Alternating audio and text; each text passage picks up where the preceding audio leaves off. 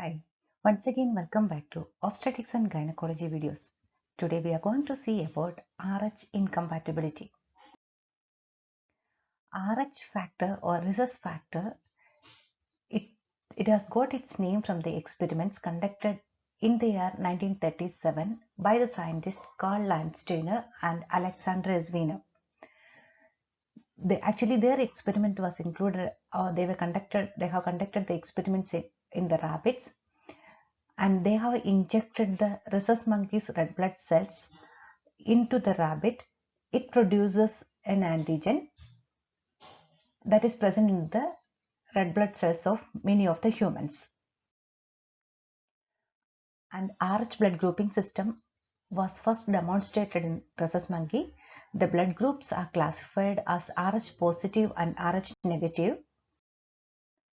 The RH factor, that is RH positive and RH negative, usually refers specifically to the presence or absence of an antigen D. There are two alleles for this antigen or genetic variants of this antigen, that is represented by the capital letter D and the small letter d.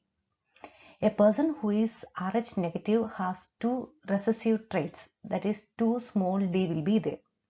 And anyone who has at least one D, one capital letter D, or the person who is having two dominant genes, two capital Ds, they will be RH positive.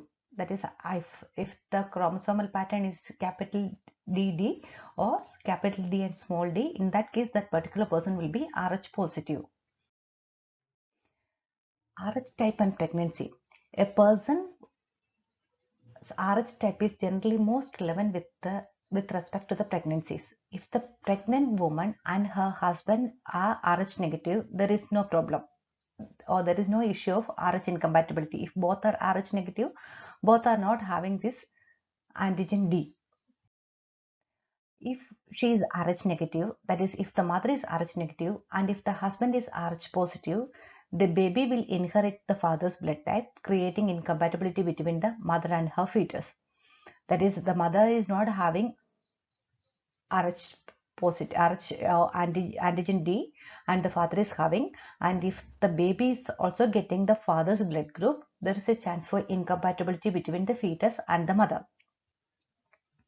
And if some of the fetal blood gets, usually we know that there is a placental barrier that is separating the mother and the fetus, and in usual case there won't be any connection between the maternal and placental blood or maternal and fetal blood.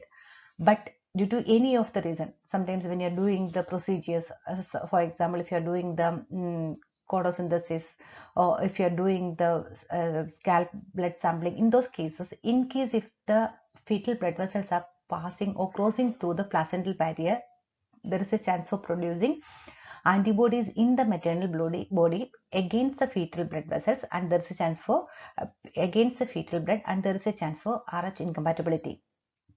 That is, these antibodies will pass through the placenta. The antibodies which are getting created inside the maternal body against the antigen D, it will pass through the placenta and it may destroy the red blood cells of the baby, and it may produce severe anemia of the fetus. So this is the main issue that can occur with the RH incompatibility. And usually in a normal pregnancy, if it is a first pregnancy, the chance for entering of the fetal blood into the maternal circulation is very less. But during the time of delivery, there is a chance for, or most probably, the blood vessels, that is the fetal blood, will enter into the maternal circulation, and inside the maternal body, this antigens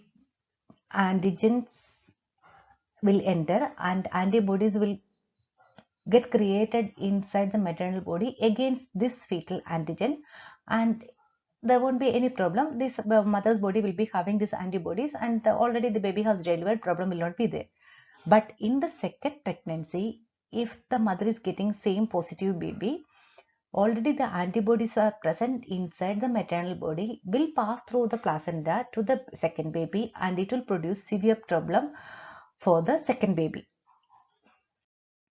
So the definition of RH incompatibility, it's a condition which develops when there is a difference in RH blood type between that of the pregnant mother and that of the fetus. That is, if the mother is negative and the fetus is positive, that will produce the RH incompatibility. And we can see this RH incompatibility with the help of this picture. Usually this is the maternal side, and this shows the maternal blood vessels, maternal blood, that is RH negative blood of the mother, and this is the placenta, and this is the RH positive fetus. So usually there is no connection between the fetal blood and the maternal blood. The placenta is blocking that. So this fetal blood is having anti-D, and but it is not getting transferred through to the mother during the time of pregnancy.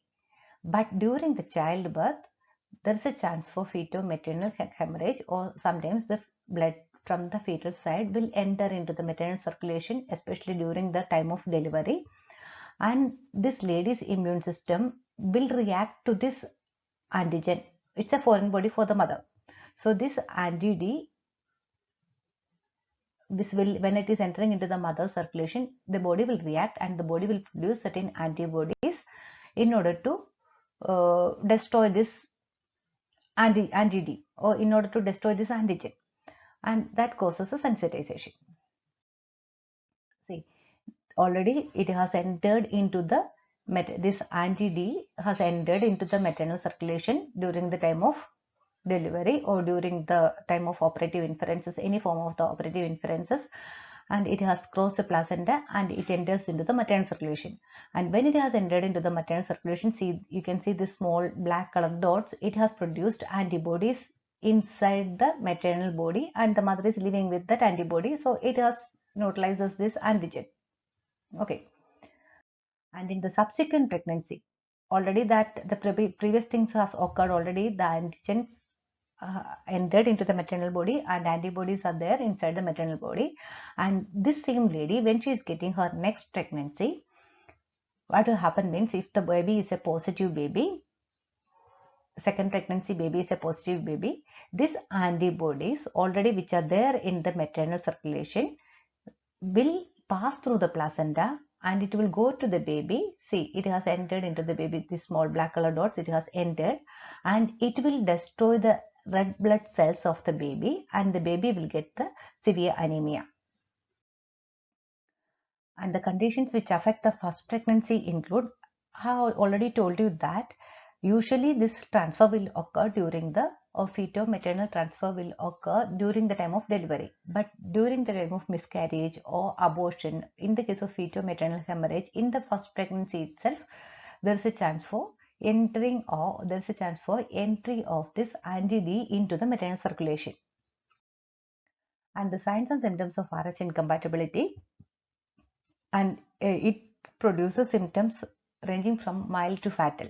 The mild symptoms or mild form of RH incompatibility shows the hemolysis. Hemolysis is the destruction of RBC, and it will release free hemoglobin into the infant circulation. And because of this free hemoglobin, when the free hemoglobin is there, it will get converted into bilirubin. So the baby will get the jaundice also. So the hemolysis and jaundice will be there in the case of mild. And in the case of severe form of RH incompatibility, hydrops fetalis will develop, that is due to the massive destruction of the red blood cells. And it causes severe anemia. And because of the severe anemia, the baby will get the heart failure, and that may lead to the death of the infant also. Immediately after the delivery, due to the heart failure, the baby may die. And the body will be having, because of this anemia, total swelling of the body will be there, and respiratory distress will be there for the baby, and there is a chance for circulatory collapse because of the severe anemia, and kernicterus, that is neurological syndrome in extremely jaundiced infants, that is known as a kernicterus, will be there, and it occurs several days after delivery, and it is characterized initially by the loss of Moro reflex, poor feeding, and decreased activity, and later it may lead to the death of the child immediately after the childbirth. And now we can see how to detect the RH incompatibility. Actually, there is no any physical symptoms can be seen in RH incompatibility. If the woman just found she is pregnant, she should undergo the blood type. She should test her blood for the RH factor, and the blood test that will determine whether she is RH positive or RH negative. Next, we can see the treatment of this RH incompatibility, and if we have diagnosed it during the antenatal period and if we are suspecting anemia for the baby, we can go for the intrauterine blood transfusion or intraperitoneal transfusion. So through the abdomen, blood will be transferred to or transfused to the fetus. Otherwise, you can go for the intravascular transfusion, that is blood can be transferred through the or transfused through the umbilical vein. And in the postnatal period, we should give the phototherapy because the baby will be having neonatal jaundice, so we should give the phototherapy, and we should go for the exchange transfusion if the neonate has moderate to severe diseases. The blood already which is there in the baby will be taking and will be replacing it with the fresh blood. So the blood for the transfusion must be, when you are doing this transfusion, the blood for transfusion must not be old. It should not be old. It should be less than 2 week old, and it should be RH negative, and ABO compatibility also you should see, and it should be compatible for the for both mother and for the baby, and it should be cross-matched against with the maternal serum also. So these are the things you should see when you are doing the exchange transfusion. Next is the prevention. In order to prevent this, especially in the second pregnancy or after an abortion, if the lady is getting her second pregnancy, in order to prevent this RH incompatibility or the complications due to the RH incompatibility, we can give an immunoglobulin, anti-D immunoglobulins. Its name is RHOGAM. At 20th week of pregnancy, you can give it to the mother. And if the baby is born RH positive, another dose is administered within 72 hours after delivery. So this will prevent our body from creating any future antibodies that could cause harm for the harm during a pregnancy. So this anti-D immunoglobulins will prevent the formation of antibodies inside the maternal body. So in the subsequent pregnancy, the subsequent babies will not get any problem. And sometimes, other than this RH incompatibility, when you are doing the blood transfusion also, there is a chance for getting incompatibility.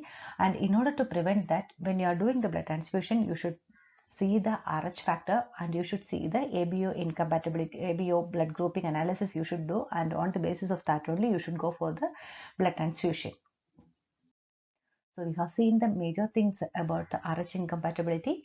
Thank you for watching this video.